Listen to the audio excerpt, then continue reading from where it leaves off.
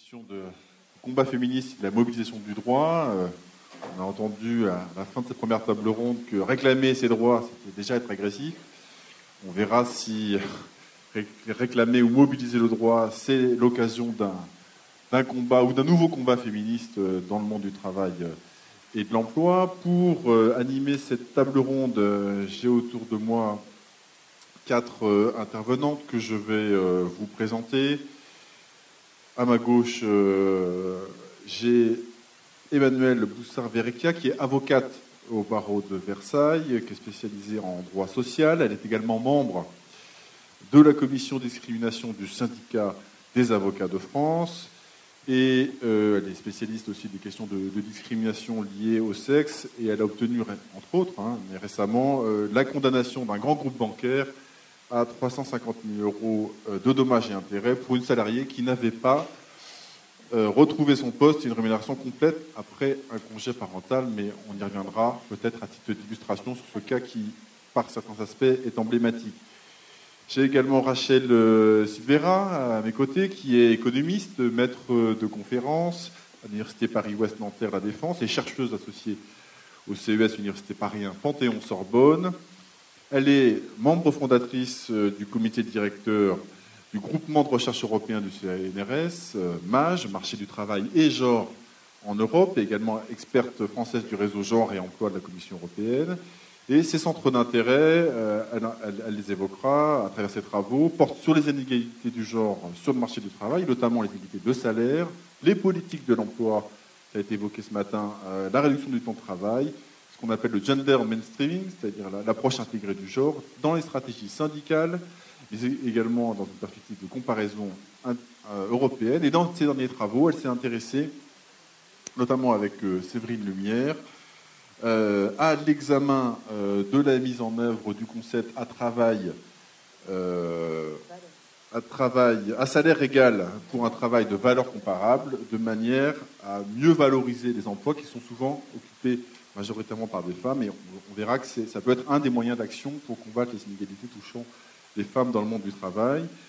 J'ai à ma droite Marie-Thérèse Lanquetin, qui est juriste, chercheur à l'Institut de recherche et des études juridiques sur les relations professionnelles, l'IREP, de l'Université de Paris-Nanterre, et ses travaux de recherche portent sur les différentes formes de discrimination entre hommes et femmes dans l'emploi. Elle a été membre du Conseil supérieur de l'égalité professionnelle et est présidente du comité consultatif de la HALD, la Haute Autorité de lutte contre la discrimination et pour l'égalité, et elle est membre du réseau d'experts juridiques de l'unité égalité des chances de la Commission européenne.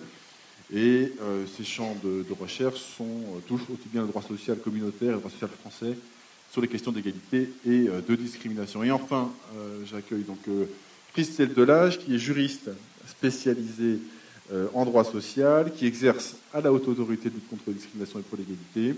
À ce titre, elle est principalement en charge des questions liées aux discriminations dans l'emploi privé. Et précédemment, elle avait travaillé durant 5 ans au sein d'une direction des ressources humaines et plus de 2 ans auprès d'un syndicat d'employeurs. Cette première question questionne le référentiel juridique qui peut être mobilisé pour traiter des inégalités des femmes et des hommes dans le monde du travail. Cette question est la suivante. C'est le développement en Europe, mais également en France, d'un droit fondamental contre les discriminations et pour la mise en œuvre de l'égalité entre les femmes et les hommes dans la sphère du travail et de l'emploi, peut-il être envisagé comme une opportunité pour la lutte féministe, nouvelle opportunité ou opportunité à saisir? Et pour introduire cette première question, ou tenter d'y répondre, ou rappeler le cadre, tout au moins juridique, du droit communautaire et la non-discrimination. L'égalité entre les femmes et les hommes est un droit fondamental. Comment mettre en œuvre ce droit fondamental dans le travail? Est-ce une opportunité ou une nouvelle opportunité? Moi, je dis que ce n'est pas une nouvelle, c'est déjà fait longtemps, et qu'il convient de mobiliser le droit sur cette difficile question. Mais la lutte féministe s'est davantage inscrite dans les luttes politiques pour dénoncer les inégalités et les discriminations subies par les femmes. Elle se situe plus dans la dénonciation des discriminations que dans la mise en œuvre d'un droit antidiscriminatoire. Il est vrai aussi que la lutte féministe s'est surtout située davantage hors de la sphère de l'emploi, hors de la sphère du travail, même si les féministes se situent aussi dans l'entreprise. La question qui se pose alors est celle de savoir de quelle égalité il s'agit pour les féministes. La question est parfois mise sur la différence entre les hommes et les femmes. Il existe toujours cette tension entre une logique d'égalité et une logique de protection des femmes qui, à mon sens, cette dernière logique marginalise souvent les femmes. Les conventions internationales des droits de l'homme sont nombreuses à prohiber, depuis longtemps, les discriminations fondées sur le sexe. Depuis l'immédiate après Deuxième Guerre mondiale, le sexe est un des motifs qui figure dans le plus de conventions internationales. Et certaines féministes de dénoncer l'ineffectivité de ces textes. Pourtant, cette convergence de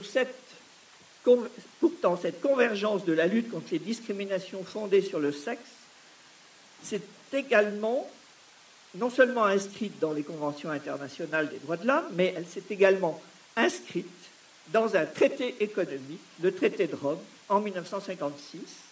Et c'est par le droit économique que la question de l'égalité entre hommes et femmes et de la non-discrimination a d'abord prospéré. Certaines ont dénoncé alors le lien avec cette dimension économique. Pourtant, c'est par le détour d'un droit économique que la question a prospéré. C'est en effet à partir de l'article 119 du traité de Rome que l'on a commencé à avoir pris sur cette difficile question, et cela grâce à l'interprétation de la Cour de justice des communautés européennes.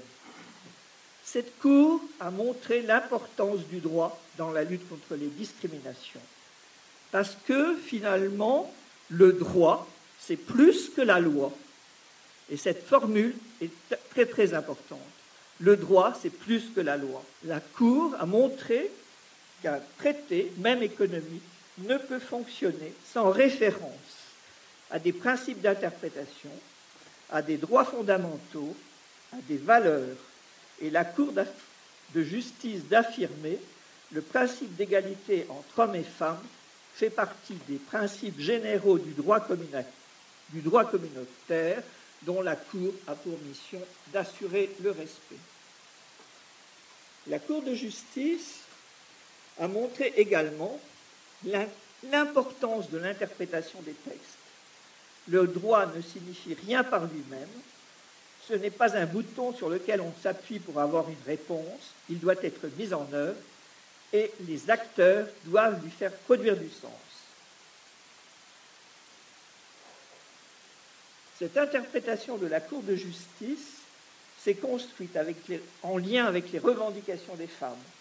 Et notamment, je fais référence tout de suite à la grève d'Erstall de 1965, où 3000 femmes se sont mises en grève. Mais je pense aussi à Gabrielle Defresne, une hôtesse de l'air, qui était discriminée parce qu'elle devait partir en retraite à l'âge de 40 ans. La France a mis des années à entendre ce que signifiait le principe d'égalité, tel que travaillé, tel que mis en œuvre par le droit communautaire. Le droit français n'a reçu qu'en 2008 l'essentiel de la construction communautaire, parce que cette conception de l'égalité remettait ou heurtait la conception française.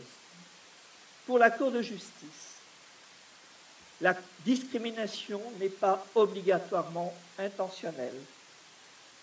C'est une notion objective qui peut être constatée à partir de l'effet produit par des mesures, des pratiques. Lorsqu'il y a une mesure prise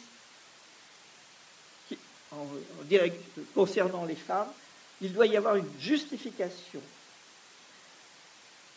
La preuve de la discrimination est impossible si on ne met pas la charge de cette preuve si on ne la met pas à la charge de l'auteur de cette preuve, à l'auteur de ces mesures. Les victimes de discrimination ne peuvent s'en sortir seules pour produire les éléments de fait à l'appui de leurs demandes, de la nécessité d'un organisme indépendant pour aider à monter les dossiers, le déplacement de la preuve, l'existence d'une organisation indépendante sont des points articulés, ils sont interdépendants, et c'est en ce sens que la HALD a pu jouer un rôle important et ne risque-t-elle pas d'être remise en cause? Donc là, c'est la question du développement en Europe et en France du droit de la non-discrimination. Donc je vais reprendre une citation de Vladimir Spidla, qui est un commissaire européen à l'emploi, aux affaires sociales et à l'égalité des chances. Un homme sur deux est une femme, il est temps de briser le plafond de verre. Donc comme vous l'a dit Marie-Thérèse Lanquetin, l'égalité homme-femme est un droit fondamental reconnu par les textes européens. C'est une valeur commune en Europe. Très tôt, les juristes, dont la personne qui est juste à côté de moi, Marie-Thérèse, a mis en avant ce droit communautaire. Alors aujourd'hui, quel constat pouvons-nous faire? On note une participation croissante des femmes au marché du travail. Je ne reviendrai pas sur la question de la qualité de ces emplois. On a parlé tout à l'heure, à la première table ronde, du travail précaire et du travail à temps partiel, mais il n'empêche qu'un constat objectif, les femmes sont de plus en plus importantes sur le marché du travail. On a une élaboration de normes européennes et on a également un socle juridique très complet avec des notions de concepts d'égalité et non-discrimination.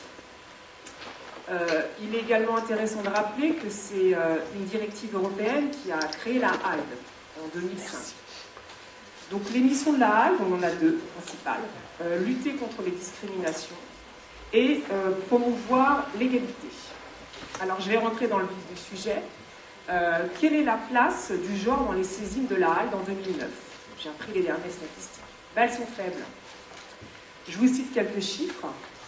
Le sexe représente 6,5% des saisines, dont 58% pour les femmes et 42% pour les hommes. La grossesse, 2,5%. La situation de famille, 2,5%. Contrairement à l'origine, 28,5%, et à l'état de santé et le handicap, 18,5%. Donc on peut s'apercevoir que la HALD est donc peu saisie de la discrimination à raison du sexe. On a constaté un élément positif, c'est une évolution en 2009 sur les discriminations liées à la grossesse, où plus de femmes nous ont saisies grâce à une campagne de communication que la HALD avait mis en œuvre. Donc c'est paradoxal, car on a un droit communautaire qui est fort, comme l'a rappelé Marie-Thérèse Lanquetin. On a un dispositif français qui est complet en matière d'égalité homme-femme, avec le code du travail, le code pénal, mais également le secteur public. Et on a la création d'un organisme spécialisé chargé de lutter contre les discriminations et promouvoir l'égalité.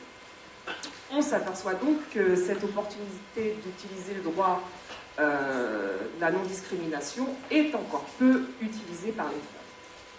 Pourtant, ce droit, il est vaste. Il touche plusieurs domaines.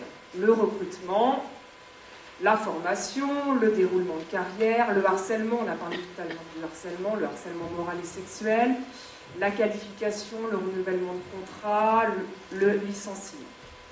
C'est dommage, d'autant que le régime probatoire en matière de discrimination a été modifié en 2001 afin de permettre un accès au droit pour les personnes qui s'estiment victimes de discrimination.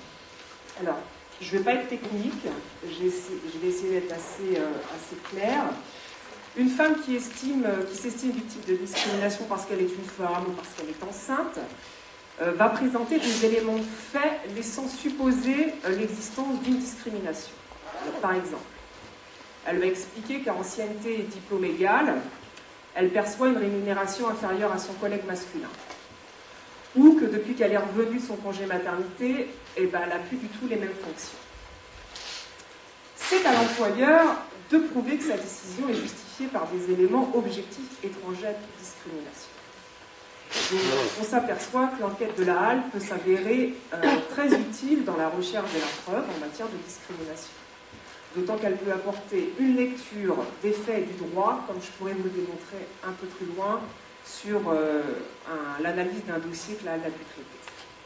Ce que je voulais dire, c'est que, premièrement, est-ce qu'on parle de lutte féministe, c'est le mot que tu as utilisé, ou est-ce qu'on parle de lutte des femmes? Parce qu'on ne peut pas dire qu'il n'y a pas eu, et même bien avant 40 ans, excusez-moi, hein, le MLF n'est pas le début de la lutte des femmes, il y a eu des grandes luttes de femmes pour leur travail. Alors peut-être pas pour le droit au travail, il faudrait voir comment on le définit, mais dans des entreprises qui se sont battues, on rappelait, des luttes sur leur salaire.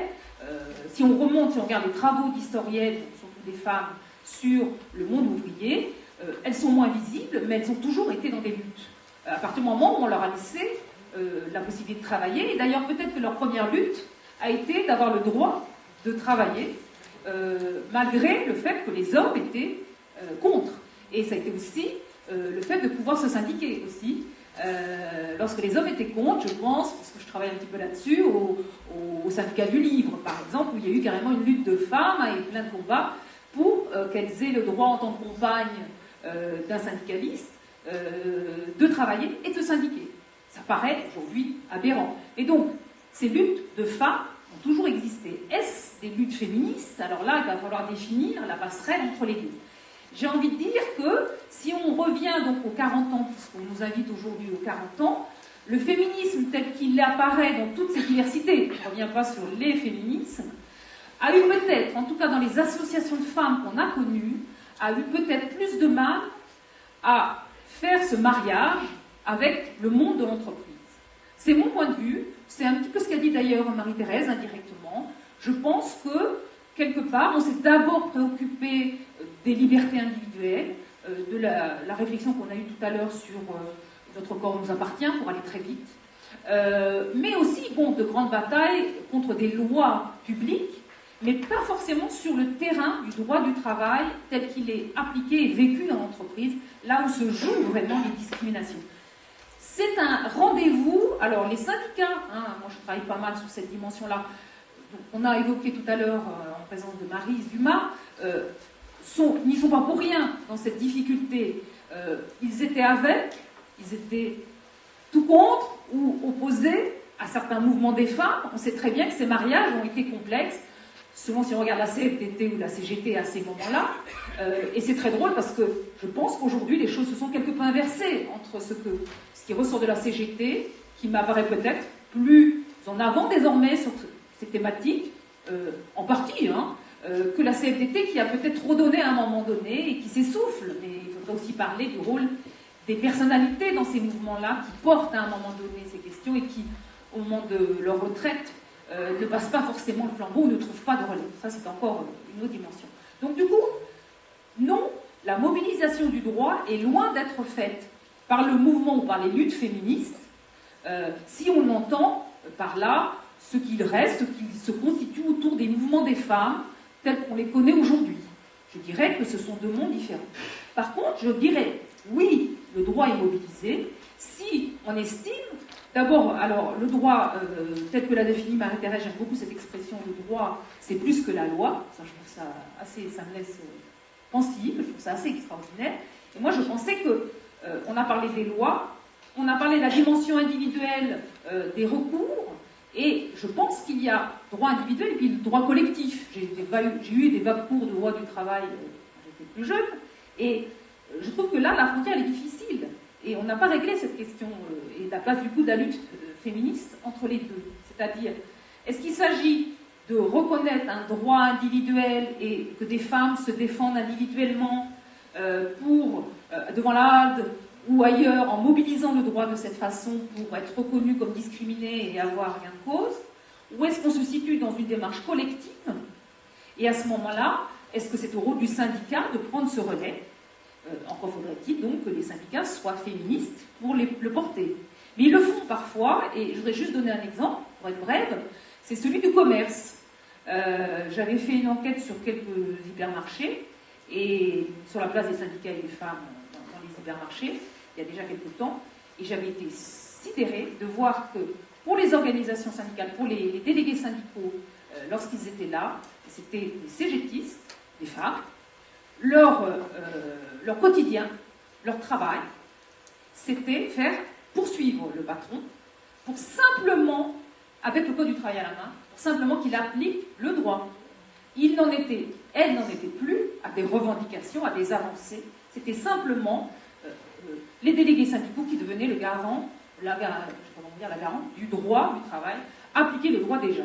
Donc oui, c'est une bataille, c'est une lutte que de faire appliquer le droit. Quelles sont les voies pratiques de votre point de vue sur le terrain, selon vos rôles en tant qu'avocate, en tant que chercheuse des droits de la discrimination, en tant que juriste à l'âge, ou en tant qu'experte sur les questions des rémunérations d'inégalité au travail, dans votre pratique, et comment concevez-vous précisément votre rôle spécifique au regard de cette mobilisation du droit de l'égalité et du droit antidiscriminatoire?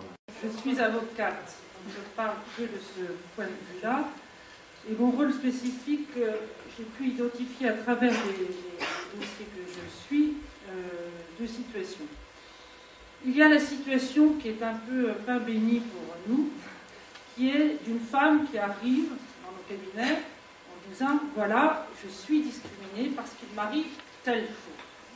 Je suis discriminée parce qu'à la suite de mon retour de congé parental, je n'ai pas récupéré mon poste, mon congé maternité, je n'ai pas récupéré, etc. » Donc ce sont des femmes certaines, et même, je veux dire, souvent, la plupart qui viennent nous voir, qui sont conscientes, qui se sont emparées du thème de la discrimination et qui sont conscientes de ce qui leur est arrivé, donc elles le maîtrisent intellectuellement. Dans ce cadre-là, mon rôle en tant qu'avocate, ce n'est que de donner des outils, c'est-à-dire mobiliser ce fameux droit de la discrimination dont on vous a dit qu'il n'était pas si évident que ça dans le droit français tout à l'heure, c'est de donner donc des outils à celles-ci pour être rétablies dans leurs droits, être indemnisées, repositionnées professionnellement quand elles sont encore dans l'emploi, repositionnées en termes de salaire quand elles le sont encore, retrouver leur poste, etc. Ça dépend de la situation, si le contrat de travail a été rompu ou non, mais en tout cas être rétablies dans leurs droits. Mais c'est aussi que soit prise en compte leur souffrance. Parce que ces femmes-là ont ressenti comme extrêmement déstabilisant, extrêmement remettant en cause les compétences qu'elles ont acquises et pour lesquelles elles se sont battues, quand leurs compétences ne sont pas valorisées au même titre que les hommes, parce que, par exemple, elles sont à temps partiel, parce qu'elles ont pris un congé parental ou parce qu'elles sont parties en maternité. Il y a une dévalorisation des femmes et une intériorisation, en fait, d'une dévalorisation qui est produite par le système de l'entreprise, qui est produite par la hiérarchie auquel elles font face, qui provoque une réelle souffrance, et nombreuse, et vraiment nombreuse, et même, compris, je pense à une que j'ai reçue la semaine dernière, une ingénieure que j'ai vue plusieurs fois, et qui, là, cette fois-ci, s'est écroulée en pleurs dans mon bureau, en disant « Mais vous ne vous rendez pas compte à quel point c'est déstabilisant, à quel point on ne se sent plus rien. » Tout ça parce qu'elle avait pris un temps partiel alors qu'elle était ingénieure. Donc, il y a vraiment une réponse à une souffrance de ce point de vue-là. Alors, il s'agit aussi pour nous d'identifier l'acte discriminatoire de façon précise, de le qualifier juridiquement, et puis après de faire l'articulation juridique. Et de mettre en œuvre tous les moyens dont on dispose. Alors là, si par exemple, je ne sais pas si Christophe Radical, Madame Niel, que j'ai eu à traiter, et qui nous a permis cette victoire assez jolie, c'est un dossier intéressant parce que c'est un dossier qui a mis en œuvre tous les moyens juridiques dont on dispose. Alors, c'est un dossier d'une femme dans une grande banque, discriminée, me soutenait-elle, particulièrement consciente, j'allais dire politiquement, me disant « Je suis discriminée parce que voilà, j'ai pris un congé parental, j'ai 5 enfants, j'ai pris un congé parental, j'étais analyste financier dans une grande banque. Et on ne m'a pas redonné mon poste quand je suis revenue parce que j'étais à temps partiel, j'ai repris à 3 à 5e. » Et donc, il nous fallait des éléments pour vérifier si elle faisait l'objet d'une discrimination discrimination, notamment en termes de rémunération, évolution professionnelle, etc. Donc là, la première chose qu'elle a été faite, c'est de s'adresser à l'inspection du travail. Donc premier organe qu'il est possible de saisir, l'inspection du travail, qui a fait un travail tout à fait pertinent sur la comparaison entre cette femme-là, qui était titulaire du diplôme d'HEC, et les autres titulaires d'HEC dans cette grande banque, et il y en avait des dizaines et des dizaines. Donc il a fait un travail de comparaison.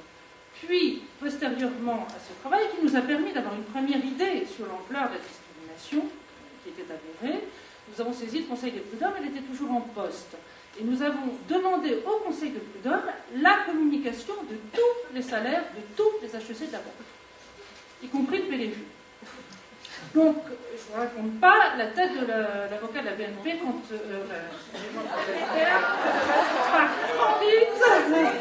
Le mot est lancé, de toute manière la décision est publiée, donc il n'y a rien de secret, mais j'évite quand même de stigmatiser.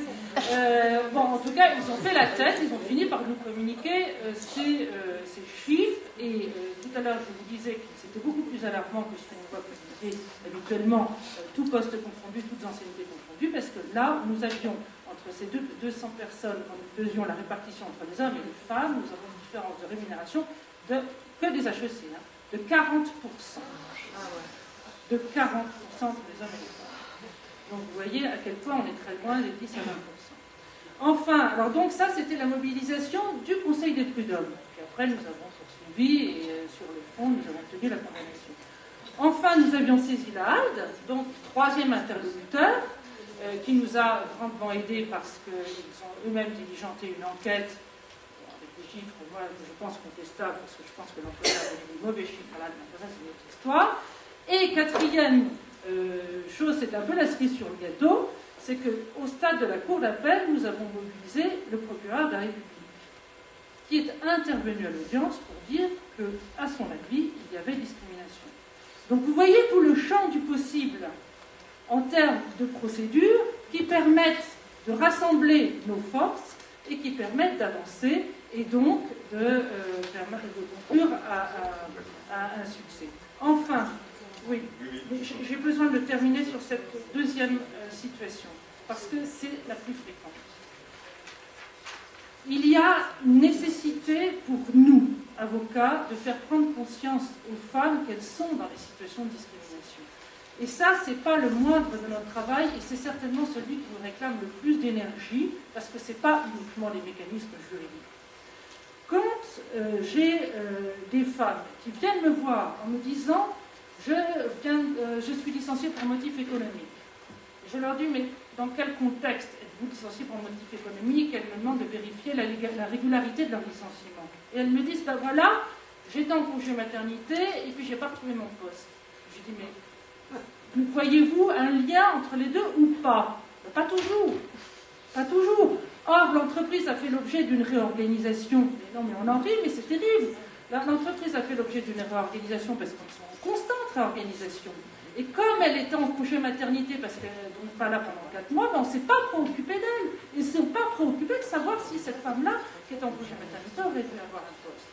Donc, de la même manière, les tas de femmes qui reviennent après les congés maternité, congés parentaux, qui sont victimes de harcèlement moral parce qu'elles reviennent, elles ne s'étaient pas désirées à leur poste, elles reviennent, et puis elles viennent me voir pour contester leur licenciement pour inaptitude, parce qu'elles sont être malades, harcelées, elles font l'objet d'un licenciement pour inaptitude. Et quand on remonte la chaîne des causes, on s'aperçoit que la cause, c'était bien à raison de leur qualité de femme. Donc, dans les deux cas, ce sont des dossiers extrêmement lourds, parce qu'ils nécessitent beaucoup d'écoute, surtout dans le deuxième cas, c'est-à-dire la possibilité de faire sortir de la situation la conscience des victimes de discrimination, ce qui n'était pas forcément le cas au départ.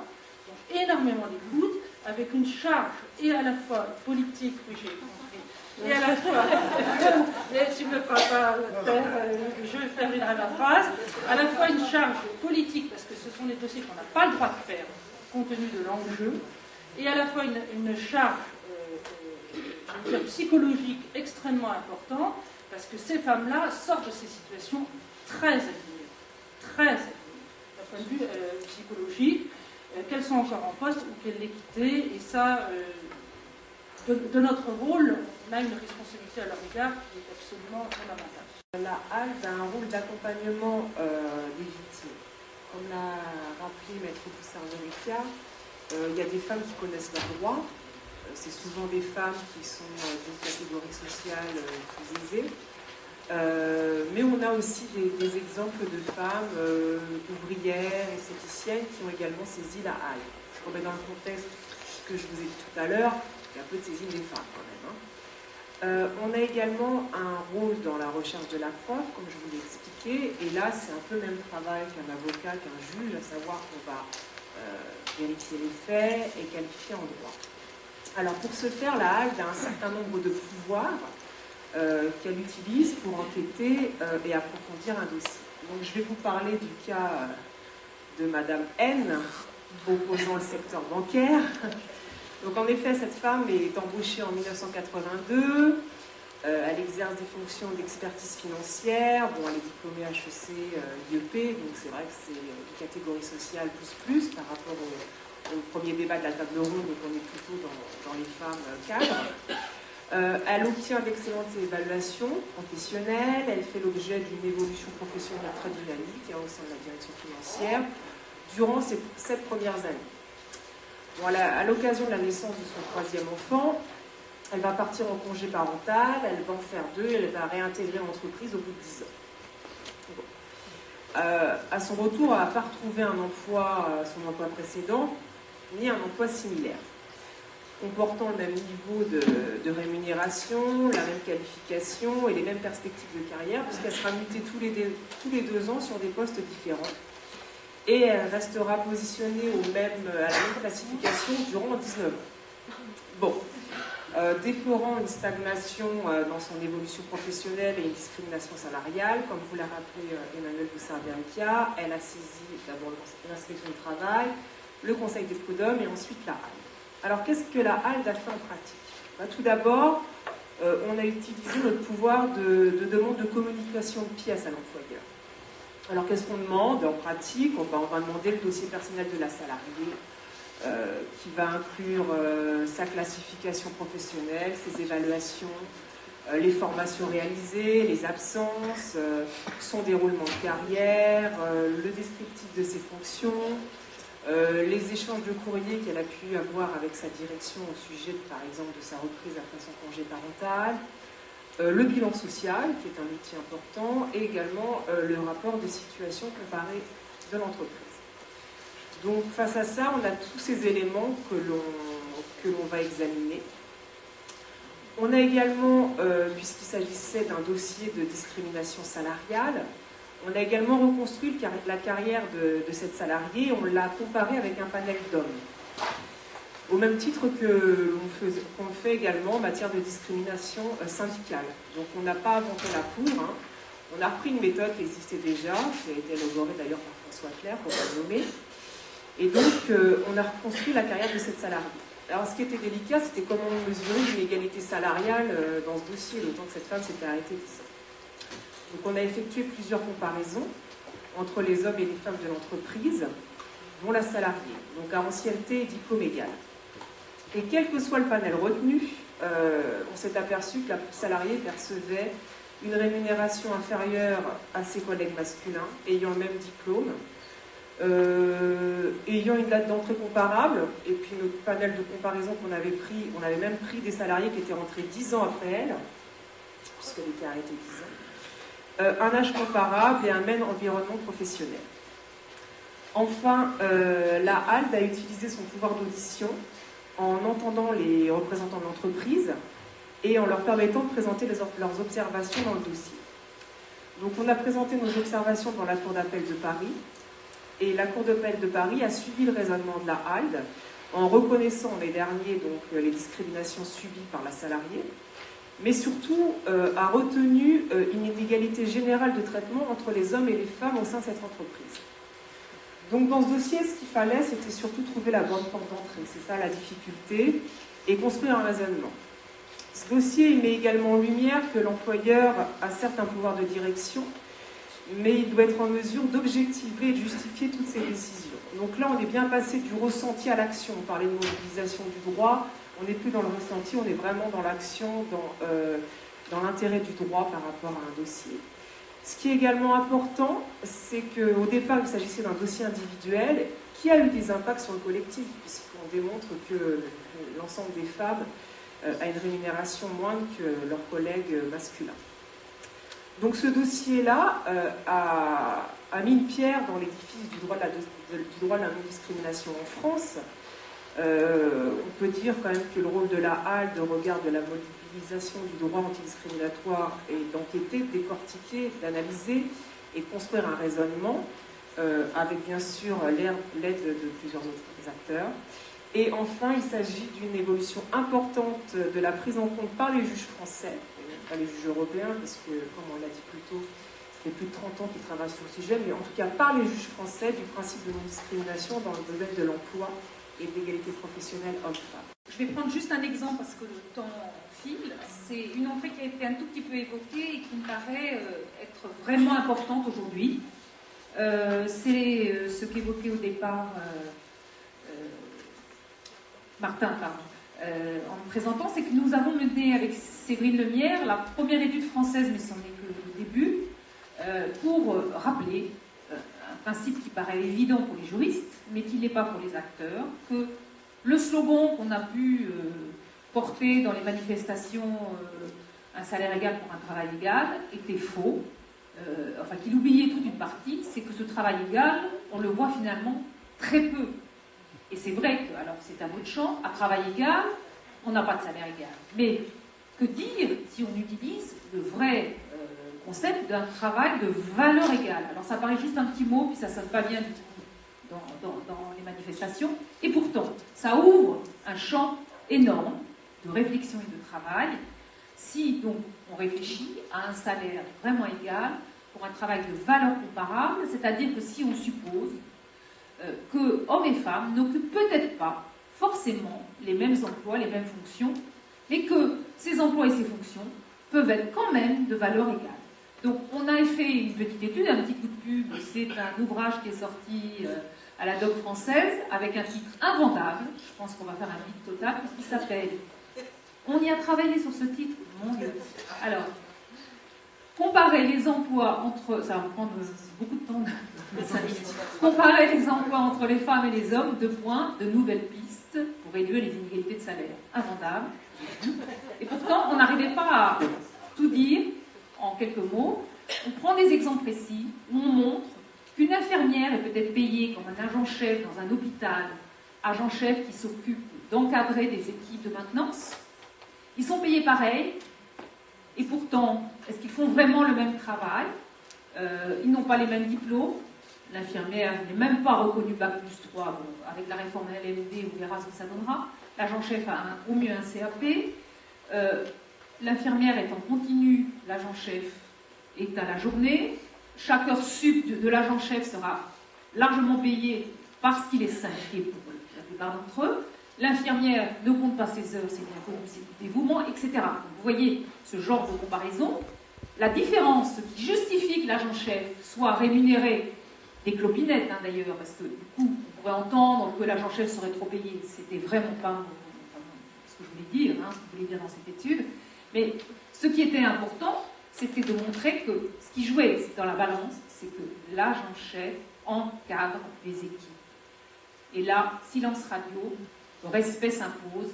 Quand un homme encadre, ça vaut bien le travail d'une infirmière, qui elle-même encadre des aides-soignantes, des étudiantes, qui est responsable, en l'occurrence, de 17 lits. Mais ça n'a rien à voir avec l'encadrement. Donc, on peut jouer sur des mots.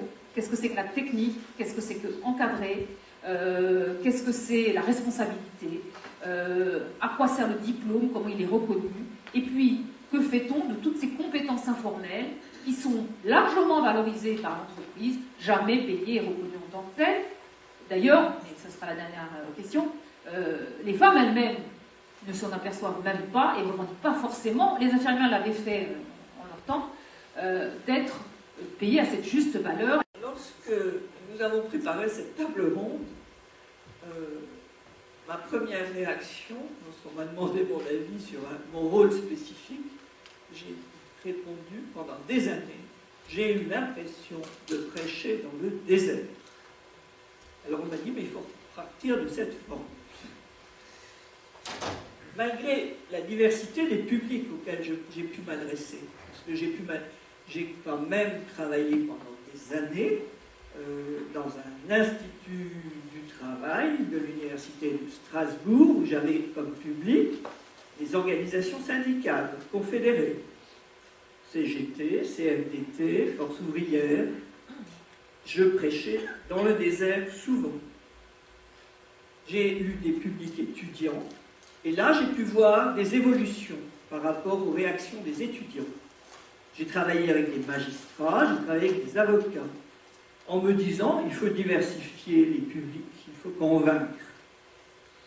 Et c'était difficile de convaincre, parce que la réaction, même de collègues avocats, était de me dire c'est bien beau, mais lorsque je développais, j'articulais avec le droit communautaire la situation française.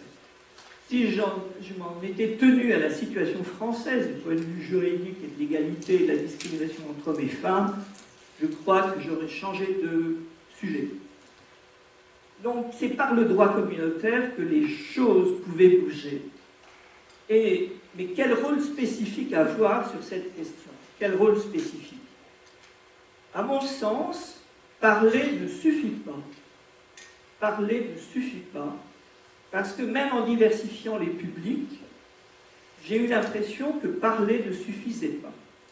Et j'ai plutôt mis l'accent sur l'écriture, donc qui est un travail plus solitaire, une construction, pour essayer de montrer l'importance, l'intérêt du droit antidiscriminatoire, pour mobiliser les outils, pour que les acteurs du juridique, du judiciaire mobilisent les outils, pour accompagner les dossiers, monter les dossiers, mais parler devant un public large ne me paraissait pas la meilleure solution pour avancer. J'ai accepté pendant des années d'être minoritaire. C'est pas évident, parce qu'on se dit qu'on tient pourtant un bon sujet, mais du point de vue d'une carrière universitaire, on me disait, mais comment est-ce que tu peux rester sur un tel sujet?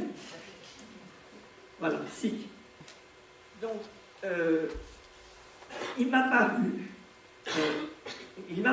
qu'il y a néanmoins une évolution, peut-être depuis les années 2000, depuis l'adoption de directives sur la discrimination fondée sur l'origine et la race, et sur les directives fondées sur d'autres motifs retenus par le droit communautaire, le handicap, etc. Je pense qu'il y a une évolution parce que les outils qui ont été construits, élaborés pour la discrimination entre hommes et femmes, ont été un point de départ pour construire sur les autres discriminations. Et cela met en évidence l'approche transversale du droit antidiscriminatoire. Si on n'arrive pas à avancer sur telle ou telle discrimination, on fait prendre conscience sur d'autres motifs de discrimination de l'importance du droit antidiscriminatoire. Et on le voit bien parce qu'il y a des situations de fait qui n'étaient pas nommées discrimination et qui progressivement sont traitées sur le terrain de la discrimination. J'évoque là le sujet de la maladie, le sujet de la grossesse, qui n'était pas lu en droit français comme une situation discriminatoire, parce que c'était une question de grossesse, alors que en droit communautaire, c'est une discrimination fondée sur le sexe. Et on voit bien que l'approche transversale du droit antidiscriminatoire nous aide, mais néanmoins, quand on voit le faible pourcentage de saisines devant la halle, on peut s'interroger sur la pertinence. On peut se demander pourquoi les femmes ne saisissent pas davantage. Cette troisième question tourne effectivement autour des obstacles à cette mobilisation du droit antidiscriminatoire dans le domaine du travail et de l'emploi des femmes. La lutte contre les discriminations est bien ancrée dans le droit. Toutefois, son effectivité va résider dans sa compréhension, dans son appropriation et surtout dans son application par l'ensemble des acteurs. Alors, comme l'a écrit un grand professeur de droit, le doyen Bonnier, la vie n'est pas le droit. Le droit constitue certes un outil de transformation sociale, mais c'est sur le terrain que prennent vie les changements. Cela s'applique également à la question des discriminations dans l'emploi et à la question de l'égalité homme-femme. Alors aujourd'hui, les termes de discrimination, égalité, discrimination font partie du langage commun, même si on préfère parler de diversité, mixité et d'égalité. Les acteurs sont nombreux. On a déjà la Hague, bien sûr. On a déjà abordé le rôle du monde judiciaire. Il faut également que les juristes aient une maîtrise de ces concepts. Mais on s'aperçoit aujourd'hui qu'il n'y a pas encore suffisamment de relais. Alors, on va déjà parler des organisations syndicales. Bien sûr, au niveau de la discrimination syndicale, il y a eu une forte avancée en France. Cependant, on constate que la HAL n'est pas saisie par les organisations syndicales sur les discriminations touchant les femmes. On pourrait penser qu'une organisation syndicale pourrait aider une femme à constituer un dossier en matière de discrimination en raison du sexe ou de sa grossesse. Bon, il y a le rôle important de la négociation collective, hein, ça c'est le rapport de Louis Brésil et toutes les avancées qu'elle peut mettre en avant qui sont très intéressantes. On a également le rôle des associations des femmes. Donc il y a beaucoup de soutien sur les violences faites aux femmes, mais il y a encore peu sur la question de l'égalité au travail. Et le suivi au quotidien de ces femmes va dans l'accès à leurs droits. Donc là, on a mis en place récemment un groupe de travail avec des associations de femmes, mais là encore, pas suffisamment de relais. On a également le rôle des entreprises et des ressources humaines, bien sûr. Bon, au sein de la HAL, on a une direction de la promotion de l'égalité. Donc c'est quand même des exemples de bonnes pratiques des entreprises. Cependant, il y a encore beaucoup de travail, que ce soit au niveau du recrutement, de l'évolution professionnelle, des classifications, comme vous l'a dit Rachel, avec le groupe de travail qui est mis en œuvre et son étude très intéressante, et la question des salaires. On a également le rôle des politiques et de la question à l'ordre du jour des sanctions à l'encontre des entreprises qui ne respecteraient pas l'égalité salariale homme-femme.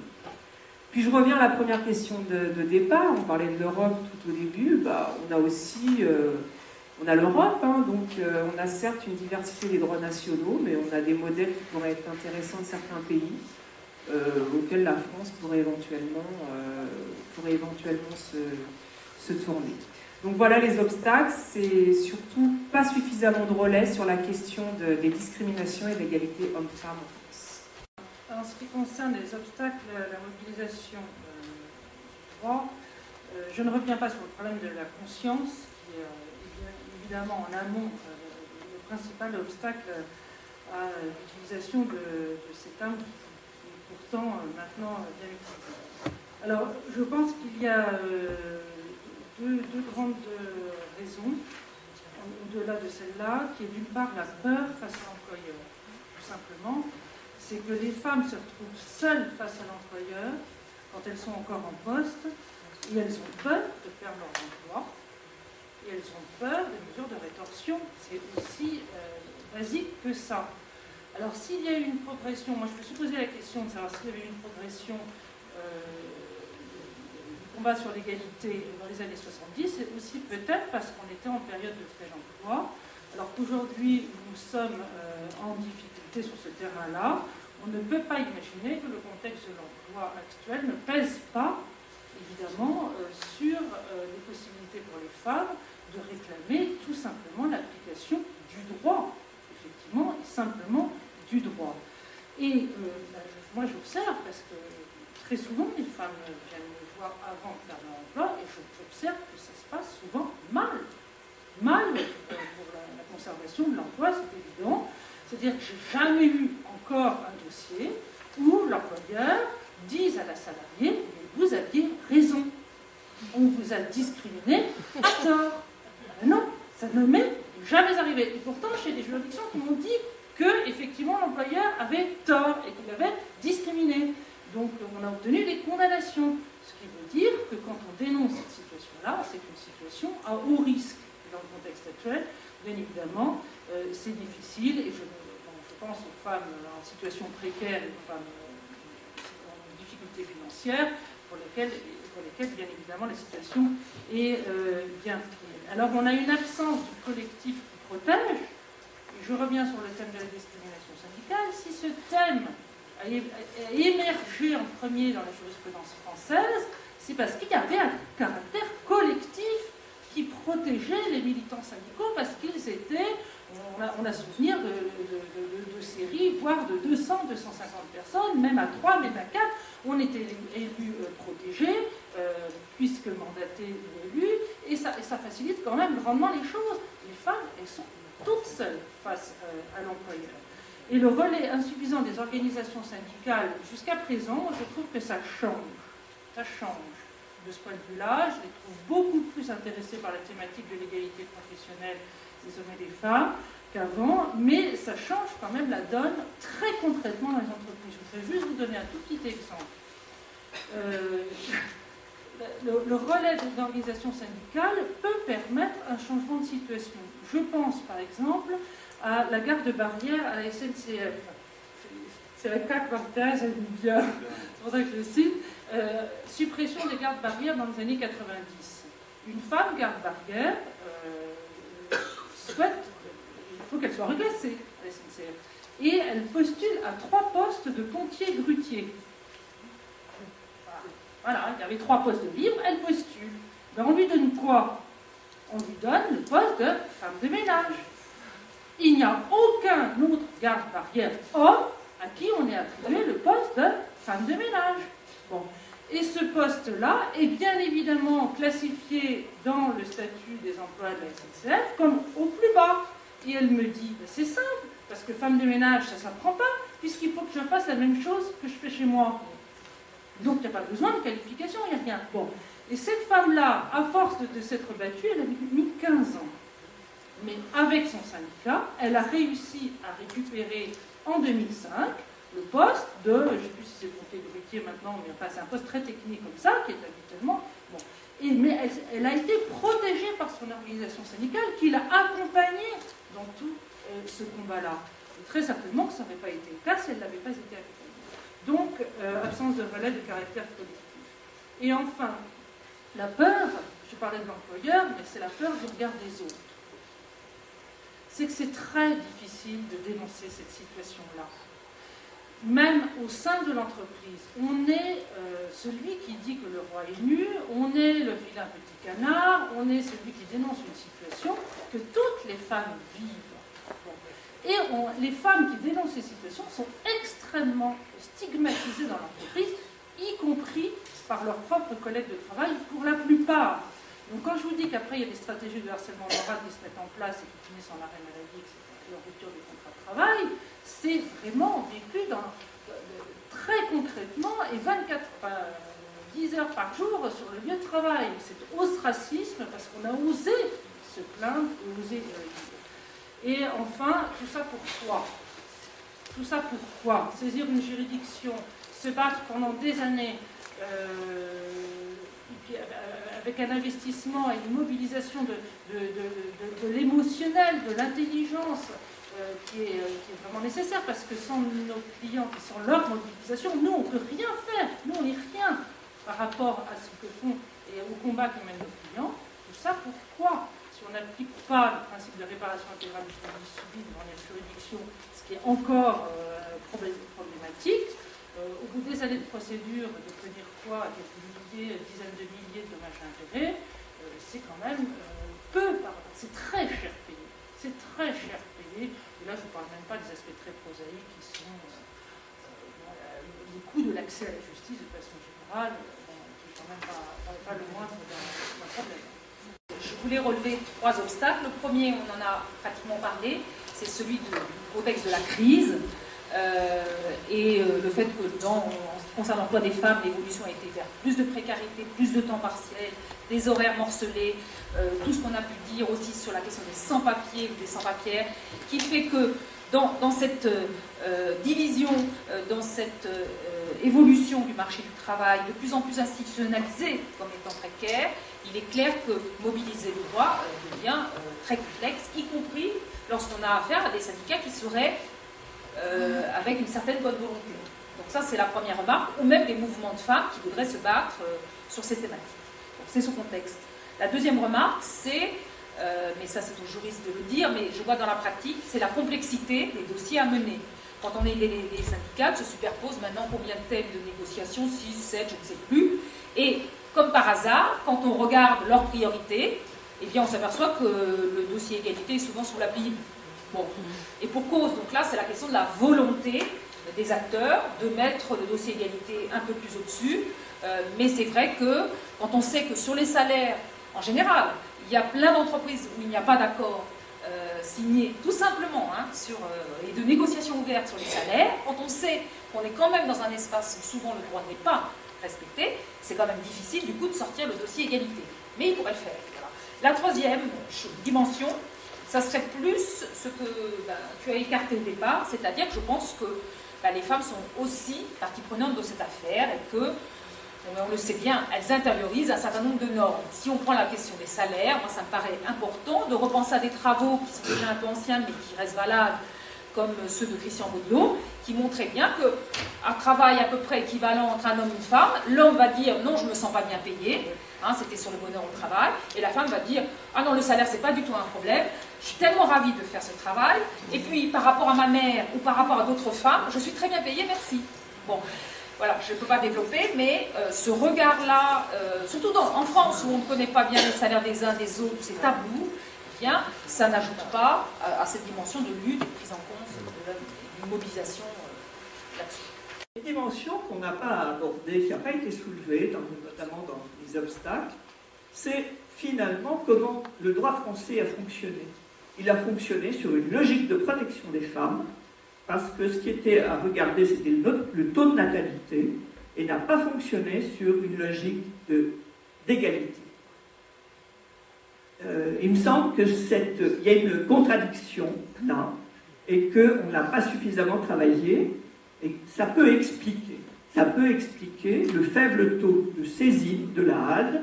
Les femmes ne saisissent pas beaucoup, elles saisissent à 3% sur les questions d'égalité entre hommes et femmes, les hommes aussi, 3%.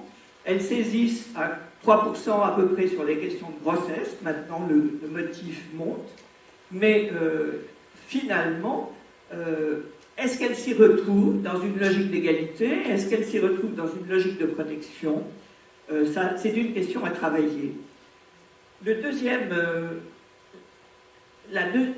aspect en lien avec celui-ci, c'est de dire, quand il y aura plusieurs contentieux par an de la nature de celui que l'on a évoqué, alors peut-être qu'on pourra négocier sérieusement sur la question de l'égalité entre hommes et femmes. Il y a un lien entre lutter contre les discriminations et négocier l'égalité. Prendre conscience des discriminations, les faire surgir, les travailler, ça peut faire résonner différemment lorsqu'on négocie sur l'égalité professionnelle. Parce qu'il y a une certaine complexité de la mise en œuvre de cette question des discriminations. Il y a une certaine complexité. À la fois, il faut des gens, des acteurs spécialisés sur ces questions, mais qui accompagnent le mouvement social. Il faut accompagner et il faut aider à raisonner sur ces questions de discrimination. Les raisonnements sont à construire. Moi, ça fait quand même fort longtemps que je travaille sur ces questions. Je me rends compte que les raisonnements sont à construire, sont à imaginer. Le droit, c'est aussi de l'imagination.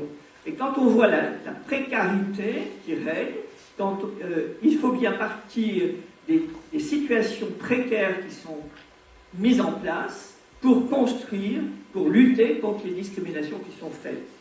Il faut la rendre visible, il faut appréhender par le droit des situations, il faut construire des argumentaires, notamment en utilisant la notion de discrimination indirecte.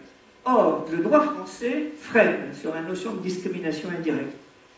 Le droit français freine sur la notion Moi, je m'inquiète beaucoup sur la perspective de la HALD, des modifications de la HALD à l'heure qu'il est. L'accent qui est mis par sa présidente plutôt sur l'égalité que sur la discrimination, à mon sens, c'est très dangereux. Alors, nouvelle opportunité pour la lutte féministe.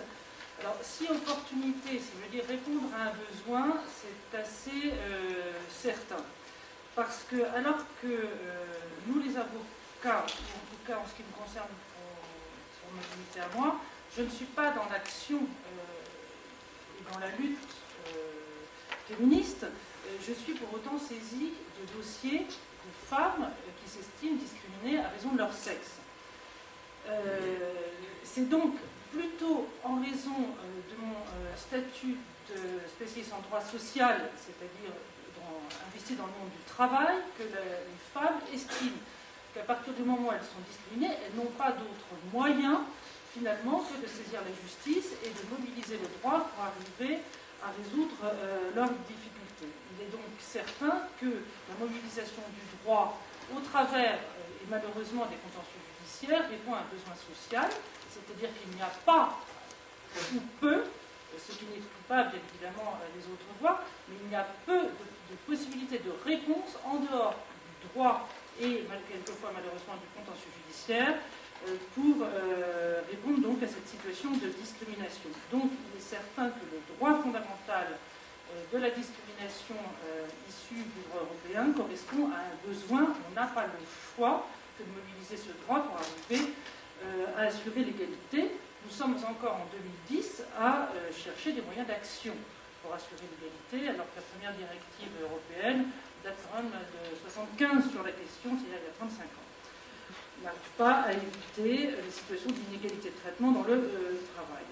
Alors le droit est une arme, c'est une arme, pour rester sur le terrain de l'agressivité tout à l'heure, du mot de combat aussi qui a été lancé. Le droit est une arme, il n'y a pas à en douter pour les personnes qui s'estiment discriminées, ce n'est pas la seule, mais c'est un outil qui pourra être efficace et qui pourra sans doute l'être de plus en plus grâce au fait que le droit communautaire, avec ses raisonnements qui lui sont propres, et Marie-Thérèse a rappelé tout à l'heure combien ces raisonnements existent depuis longtemps dans le droit français, mais les difficultés aussi qu'on a eu à l'intégrer dans notre droit en raison d'une différence d'appréhension des situations entre le droit communautaire issu d'un droit anglo-saxon et le droit français qui est beaucoup plus idéologique finalement. Et ce droit de la discrimination commence à être appréhendé assez nettement et assez facilement maintenant par les juridictions à cause en fait, de la discrimination qui historiquement a été la première à être appréhendée par les juridictions, qui est la discrimination syndicale. Vous savez qu'historiquement, la discrimination syndicale a été beaucoup plus développée sur le terrain judiciaire que la discrimination des femmes, et avec ce paradoxe que nous, lorsque nous avons commencé à plaider sur la discrimination syndicale il y a une quinzaine d'années, maintenant, nous avons utilisé les outils communautaires issus, et notamment la jurisprudence communautaire de la Cour de justice de l'Union européenne, issus de l'égalité professionnelle entre les hommes et les femmes.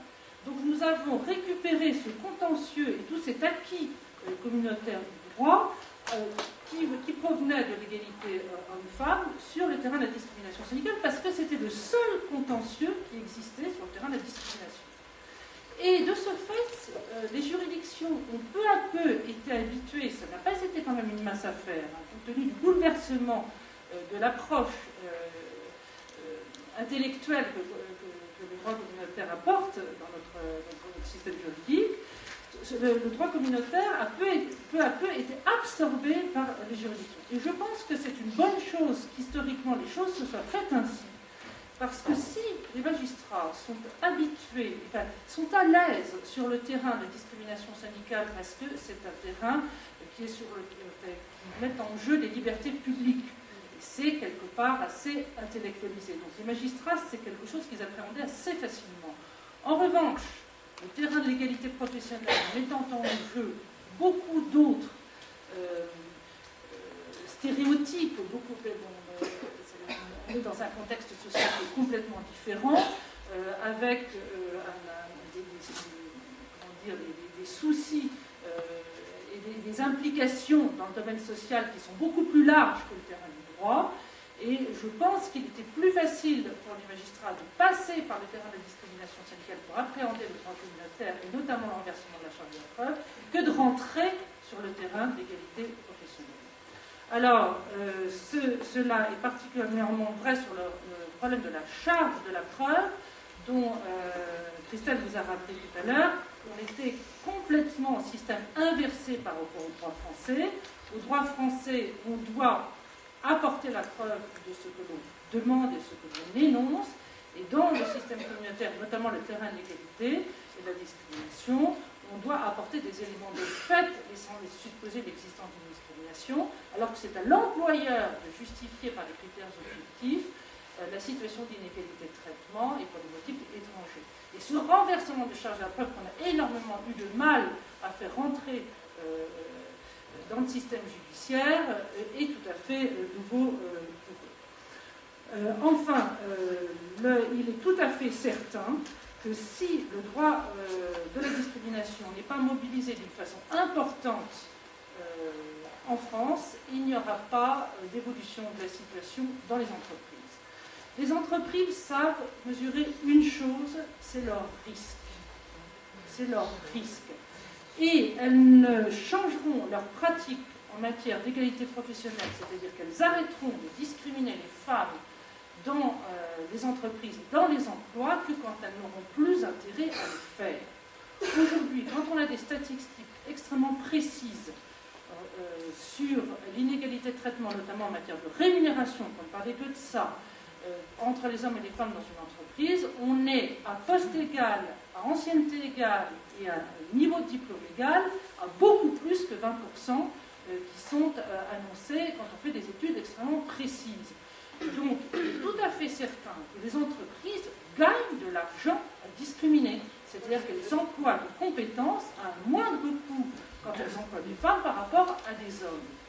D'autre part, elles envisagent aussi leurs risques quand elles pensent au montant des condamnations financières, d'une part, et d'autre part, à l'atteinte à l'image.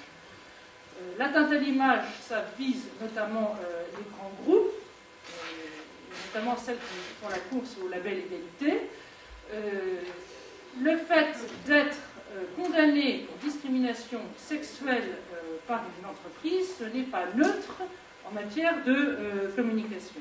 Et en ce qui concerne le terrain de la négociation, on arrivera à négocier sérieusement dans les entreprises que lorsqu'il y aura quelques condamnations lourdes financièrement qui amèneront les entreprises à comprendre qu'elles n'ont plus intérêt, que ce soit en termes financiers, que ce soit en termes d'image, à discriminer. Il est tout à fait certain qu'un rapport de force favorable est nécessaire sur le terrain de la négociation. On ne négocie pas sans armes et donc on ne négocie pas sans être en position de force avec le droit. Ça nous permettra peut-être d'avoir autre chose, notamment en termes d'accords collectifs, que des accords qui ne sont que des coquilles vides, parce que c'est politiquement correct de négocier des accords et de faire signer par les organisations syndicales qui, pour la plupart du temps, ne comprennent pas grand-chose à ce qui est écrit. Moi, c'est très simple, quand j'ai des accords qui sont transmis par les organisations syndicales, parce que je m'en occupe peu du côté salarié ou organisation syndicale, je commence par barrer tout ce qui est du recopiage de la loi. Je peux vous assurer qu'il ne reste pas grand-chose dans un accord qui est proposé par une entreprise quand on a barré tout ce qui est du recopiage de la loi. Et pour le reste, il s'agit la plupart du temps de mesurettes. Donc on pourra négocier des accords collectifs qui valent la peine, qui vont vraiment avancer les choses, que quand on sera dans un rapport de force.